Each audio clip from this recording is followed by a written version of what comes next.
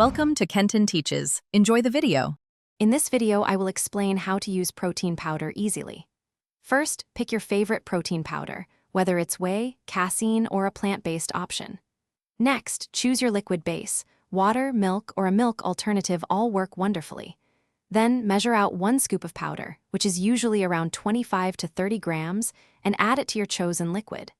Finally, mix it all together in a shaker bottle or blender until smooth. It's that simple to get started. To make your protein shake even better, consider adding some extra ingredients. For natural sweetness and essential nutrients, toss in some fresh or frozen fruits, like a whole banana or a handful of berries. You can also include healthy fats, such as 1 tablespoon of almond butter or a teaspoon of chia seeds, for sustained energy. Don't forget vegetables.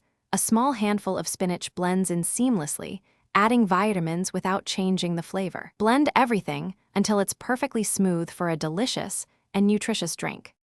Knowing when to use protein powder can optimize its benefits. Many people find it most effective to consume a shake within 30 minutes after a workout to aid muscle recovery and growth. It also serves as an excellent, convenient meal replacement for a busy breakfast or a quick lunch. Furthermore, a protein shake can be a satisfying snack between meals, helping you feel fuller longer. Always tailor your intake to your personal daily protein requirements and your overall activity level. For the best results and safety, remember a few key practices. Always store your protein powder in a cool, dry place, away from direct sunlight, to maintain its quality. Make sure to read the product label carefully for specific serving suggestions and a full list of ingredients. Staying well hydrated throughout the day is also crucial, especially when you increase your protein intake.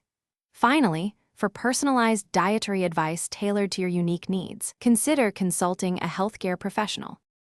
Thanks for watching. Please subscribe if this video was helpful.